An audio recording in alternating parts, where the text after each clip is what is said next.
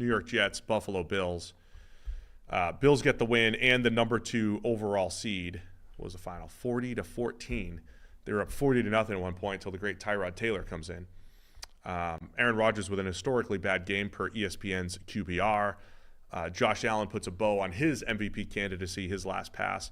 Really nice touchdown on a throwback across his body to Keon Coleman. And Bills take care of business, locked in with the number 2 seed at 13-3. And so they don't have to play their starters next week. Yeah, huge game for them. And a bounce-back game. The last couple of weeks, they hadn't looked great. And it's been like, do we worry about Buffalo, the way they're playing at the moment going into the postseason? I mean, this was a pretty emphatic game. First half took a little while to get going, and then once the ball started rolling, it just absolutely snowballed out of control. I did like the stat that I sent you that 4 quarterbacks played in this game, and Rodgers was the only one not to put points on the board.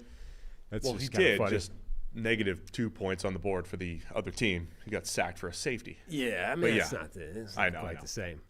Mitchell Trubisky goes 1 for 1 for 69 yards and a touchdown. QB controversy. Yeah, that's Allen's MVP candidacy undermined right there. Yeah. System quarterback. Look at Trubisky coming in. 69 yards per attempt. Rodgers had a game, man. He has he finishes the game with 2 interceptions. Yeah. A safety. Uh-huh. He had a late hit penalty. Yep. And he set per Pro Football Reference, who tracks sacks back to 1982, he set the record for most times sacked most in a career quarterback ever. On like 140 fewer games than Tom Brady to surpass Brady.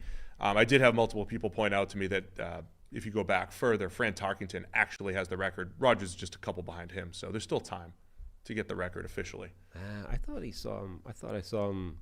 Does Fran's career? So Fran's before 82, right? So yeah, all of his career though, right? Yeah. I saw a stat where he was ahead of Tarkenton. No, still behind him. Is that just a chair? Yes. Just a chair. I'm just making sure there's not like a tornado coming through here or anything. No, I don't believe there is. That's just really loud chairs upstairs. Yeah. Anyway, just another more futility stats for the Jets. I mean, this was like a cartoon game for Rodgers where it was like the whole thing almost seemed designed to mock him. Like, did you see the video where the Jets were coming out to Gangster's Paradise with a boom box? It was like the 49ers thing where so you come out, to Gangster's Paradise in a boom box and then get waxed by 40 points to the Bills, and you have one of the worst games of your career, and it's just a joke. I mean, it's just a farce. Like, the Jets this year have been awful, and this was a new low. All right, I know you love the halftime coach interviews. I happen to be on my volume happened to be on Jeff Olberg's halftime, and it's what do you have to do? And it's like got to play better. We got to physical. No, he said we have to get back to playing our brand of football. And to which I ask, what is your brand of football as a 4-11 football team? Yeah, what is your brand? Because I would change the brand. I would change it. Rebrand. And the Jets will this offseason. Full brand change, powered by 33rd Team in the coaching and GM search. Mm-hmm. So a lot of things are going to change. I feel like from an on-field playing standpoint, we've defended Rodgers far more than most. I do think there's other issues there, but man, hasn't played well the last couple weeks. No. And the Bills take care of business. They got the number 2 seed, and the implications there, the assumed round 2 matchup is Bills-Ravens.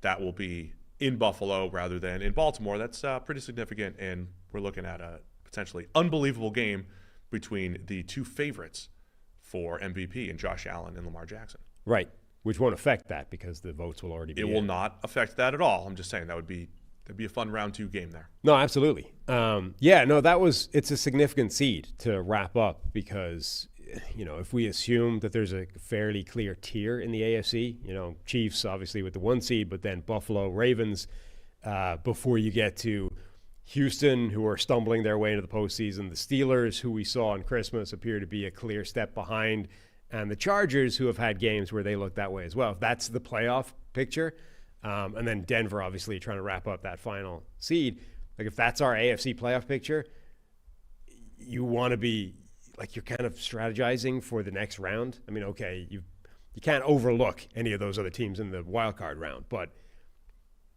Buffalo and Baltimore don't want to go on the road to the other one. So it is a significant seed to lock up for the Bills. It also, again, allows the Bills to rest their guys, their starters next week heading into their wild card game. And Buffalo's going to play whoever wins this number 7 seed battle between the Denver Broncos, Miami Dolphins, and the Cincinnati Bengals. Yeah. And then Tyrod Taylor came in, goes 11 of 14 against backups, 2 touchdowns, and looks great. Mm-hmm. Further adding to the mockery of the Rodgers thing. I mean, okay, backups, garbage time, but it's still, it still just sort of adds salt to the wound. Let me just add this. ESPN's QBR, which, again, heavily negates sacks, negative yards, heavily elevates rushing yards, what have you. Aaron Rodgers' QBR is 1.2, and per Robbie Byrne on X, 9,697 games in their database, Rodgers would rank 9,677, so in the bottom 20 out of 9,697. Yeah, it's pretty bad. I don't think it was that bad, but you take a sack in the end zone, miscommunication at left tackle, not good. So the Jets offense scores -2 points in this game against Buffalo. Yeah. Again, same idea that the Jets offense was inept, therefore the defense for Buffalo is going to look pretty good. But impressive performances. Christian Benford had an interception, also had another one where he was pretty close on it. Gregory Rousseau made some good plays. Buffalo's defense had a very good game, which was Von Miller had a rush in there. If all those defensive linemen are coming together, Ed Oliver's been rushing the passer really well in recent weeks. If all those guys come together against Baltimore and potentially Kansas City, those are huge. I feel like it's, I don't know if it's fragile or volatile, Buffalo's defense, but it's definitely capable of having these games where it shows up big and makes key plays, and could be a differentiator in the playoffs. Not necessarily relative to Kansas City, Baltimore, et cetera, but they're able to have those games.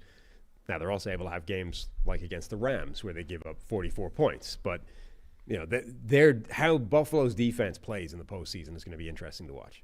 Anything else on this one? Will McDonald for the Jets had a good game.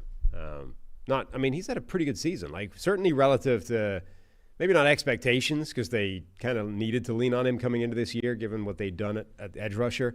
But he was good relative to what I guess people thought he would do coming into this year, or what he did as a rookie. Maybe not as good as the sack stats were early in the year, but generally this has been a very good and encouraging year 2 from him. One other thing that I wrote in my notes, the Jets, remember last week they scored 9 points against the Rams and didn't punt because they kept getting stopped on 4th down. Well, that continued in this game. They went 6 straight quarters where they scored 9 points and didn't punt. That's impressive. And not in a good way. I'm just saying, there's just a lot of crazy stats for the Jets generally. Oh, and then the one last thing, the Tony when we talk about it, we're just trying to elevate the MVP discourse. Oh God. Because Tony Romo essentially came on the side of, Lamar's got his 2. I think Josh needs his 1 this year, roughly. And he also kept saying, "Oh, Josh is set up. He's got the Bills have the ball at the 1. He's got the QB sneak. This is going to help the MVP candidacy." Please, people, elevate the MVP discourse that a couple QB sneaks at the 1 are not going to influence you either way. Because people just put up the stats, total touchdowns and yards, who's MVP? It's there's context here. I'm not taking away from Josh Allen. I'm just saying, if he has 7 QB sneaks from the 1 as touchdowns where he gets pushed in, that shouldn't be the difference in him versus Lamar. I feel like if you're looking to Tony Romo to elevate the discourse of anything, you're looking in the wrong place. 2-minute drills. He's very good. He spent about 5 to 7 minutes of real time yesterday marveling at teams' records. I can't believe there's disparity. So many 3-win teams and 4-win teams. There's a lot of teams that have got really good records in the NFL this year. This is wild. The game is set up for parity. And look, you got Kansas City over here with just a 1 loss. And even if they lose in the final week of the season because they're resting backups, that's still only 2 losses. And that's, only 1 more than now, but way less than a lot of other teams that have much more losses. He spent 5 to 7 minutes banging on about this like it was some sort of miracle unfolding in front of his eyes. And you're like, what the? And now you are. What is this? This was the guy that everyone was like, he's the greatest analyst of all time because he's calling plays before they happen. And now he's just sitting there like an old drunk guy at a bar rambling about how teams have only got 1 or 2 losses. And it's amazing to watch happen. I triggered you with the Romo talk. Eagles. You're over here being like, can't that man just elevate the MVP discourse? No, he can't. I'm asking everyone else to do it. I'm asking everyone else. Thanks for watching all the way to the end of our video. For more great content, click here to subscribe and here to watch another video. We'll see you again soon.